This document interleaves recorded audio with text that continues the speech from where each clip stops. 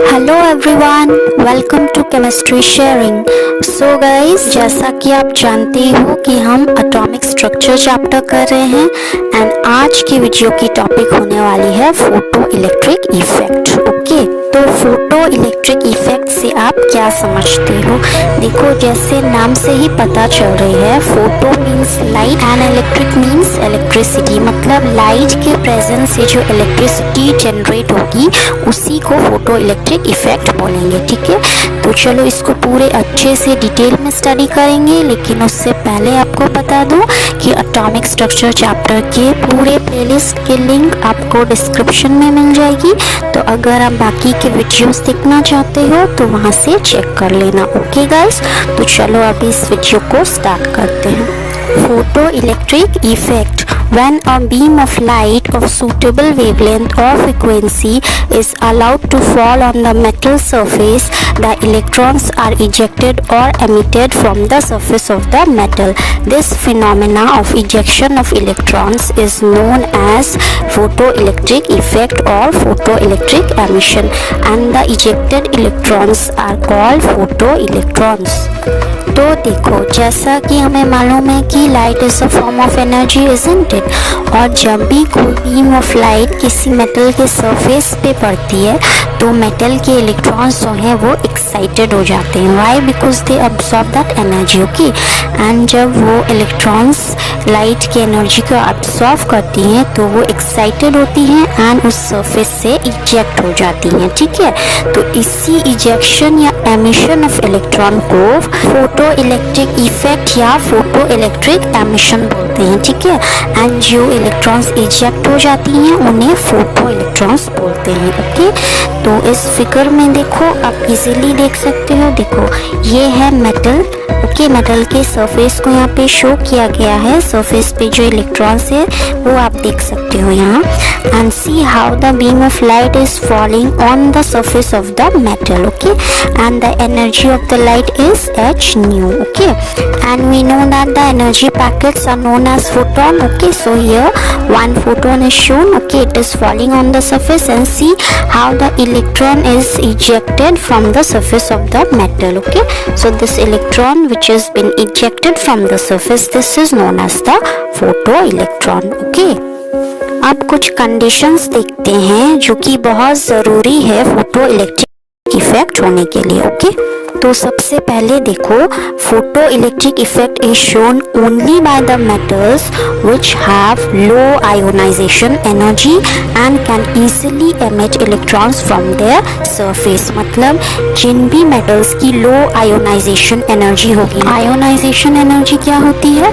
उतनी amount of energy जो कि रिक्वायर होती है किसी भी मेटल से इलेक्ट्रॉन्स को रिमूव करने के लिए। ठीक है, उसी को उस मेटल की आयोनाइजेशन एनर्जी बोलते हैं। ठीक है, तो जिस भी मेटल की कम आयोनाइजेशन एनर्जी होगी, मतलब जिस मेटल के इलेक्ट्रॉन को रिमूव करने के लिए कम से कम एनर्जी की रिक्वायरमेंट होगी, उनके सरफेस से इलेक्ट्रॉन्स इजीली एमिट कर पाएंगी, है ना। और इसी वजह से जिस भी मेटल की लो आयोनाइजेशन एनर्जी होती है वो बहुत ही अच्छे से फोटो इलेक्ट्रिक इफेक्ट शो करती है। Okay, example caesium, lithium, sodium, potassium, rubidium etcetera.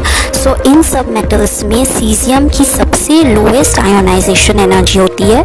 सो सीजियम ही बहुत easily photo electric effect show करती है। ठीक है, नेक्स्ट कंडीशन देखो, only a few metals show this effect under the action of visible light, but many metals show this effect under the action of more energetic ultraviolet light. Okay, मतलब देखो, जो light rays fall हो रही है metal surface पे, उसकी भी बहुत ज़्यादा इंपॉर्टेंस है इस इफेक्ट को शो करने के लिए। ठीक है, तो बहुत सारे ऐसे मेटल्स हैं जो कि विजिबल लाइट अगर उस पर फॉल करेगी तो भी वो इजीली इस इफेक्ट को शो करती है, बट बहुत सारे ऐसे मेटल्स हैं जो विजिबल लाइट में इस इफेक्ट को शो नहीं करेंगी। ठीक है, लेकिन जब उन्हीं मेटल सरफेस पे अल्ट्रावायलेट लाइट फॉल करेंगी तो फिर वो इजीली इस इफेक्ट को शो करेंगी। Why? Because we know that ultraviolet light has more energy than the visible light. Okay, so energy is also a very important factor for this effect to occur. Alright,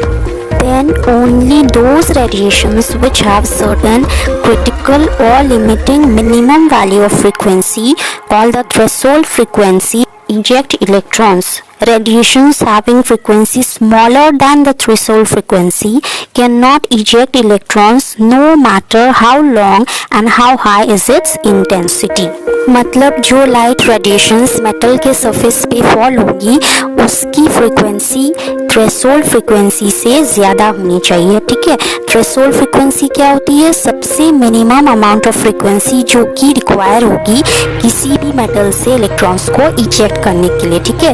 तो अगर वो जो radiation fall हो रही है उसकी frequency उस threshold frequency से कम हुई तो फिर इलेक्ट्रॉन्स की इजेक्शन नहीं होगी, ठीक है। चाहे वो रेडिएशन जितनी भी ब्राइट हो या फिर जितने देर के लिए भी उस मेटल सरफेस पे फॉल कर रही हो, इट डजंट मैटर्स, ओके। तो ये कुछ बहुत इंपॉर्टेंट कंडीशंस थे फोटो इलेक्ट्रिक इफेक्ट अकर होने के लिए।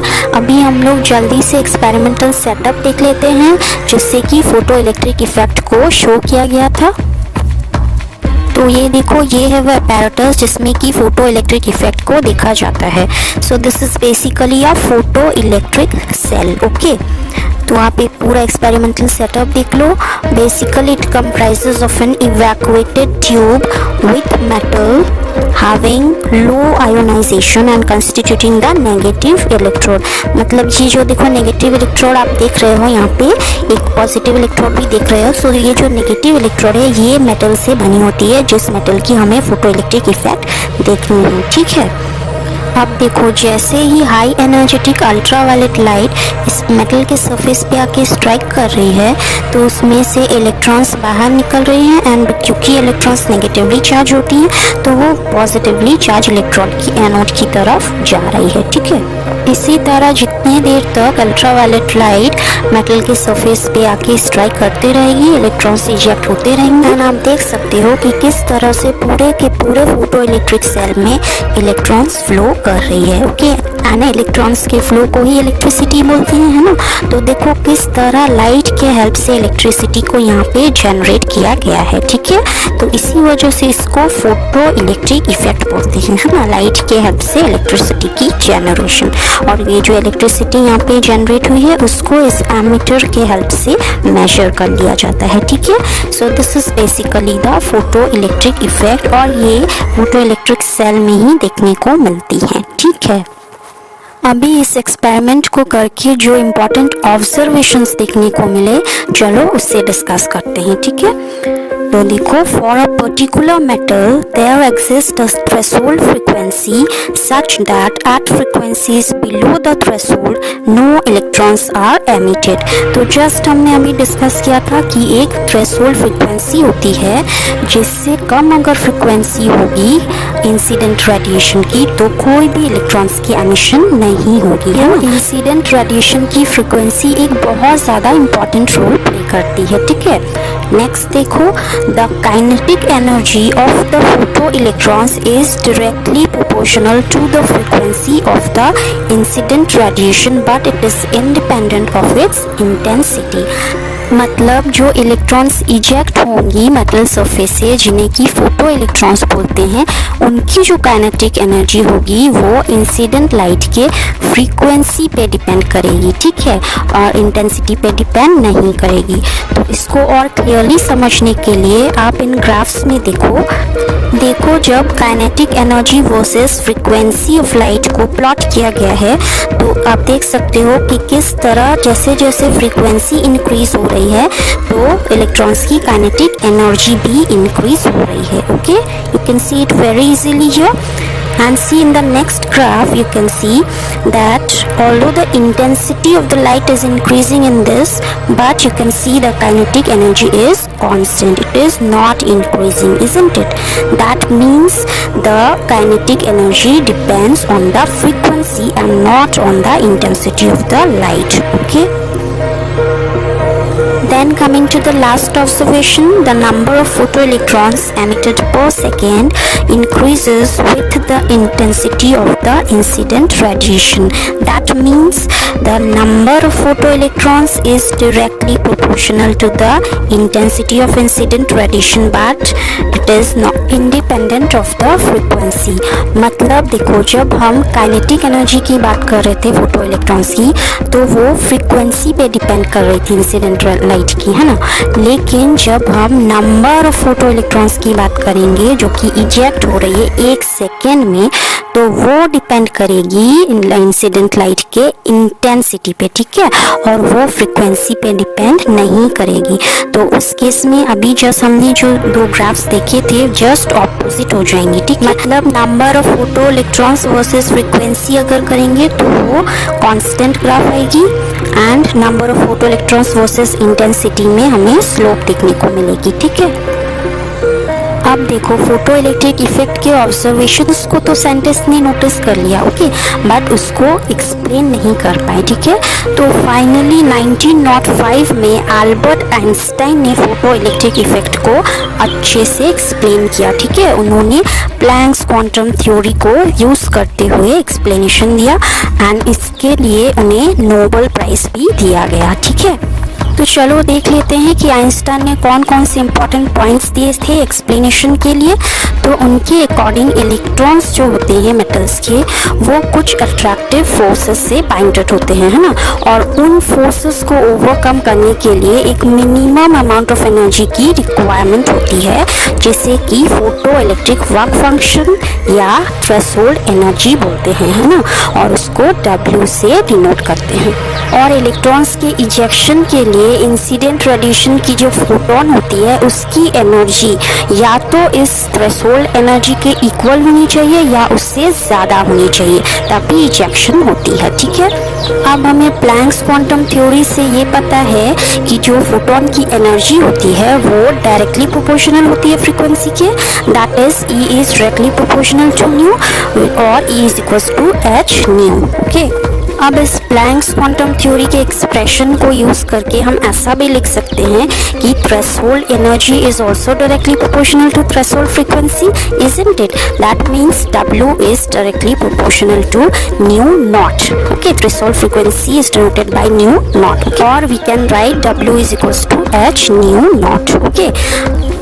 अब देखो, अगर इंसिडेंट फोटोन की फ्रीक्वेंसी हाई होती है थ्रेशोल्ड फ्रीक्वेंसी के, that is new is greater than mu zero, तो फिर इंसिडेंट फोटोन की एनर्जी भी हाई होगी देन द थ्रेशोल्ड एनर्जी और the work function, that is H new will be greater than H nu not.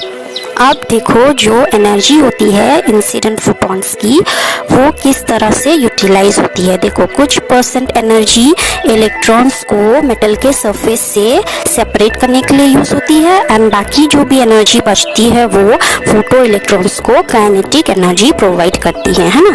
तो finally हमें expression क्या देखने को मिल रही है, H nu which is the energy of the photon, this is equals to H nu naught which is the threshold energy plus half mv square which is the kinetic energy of the photoelectron, okay।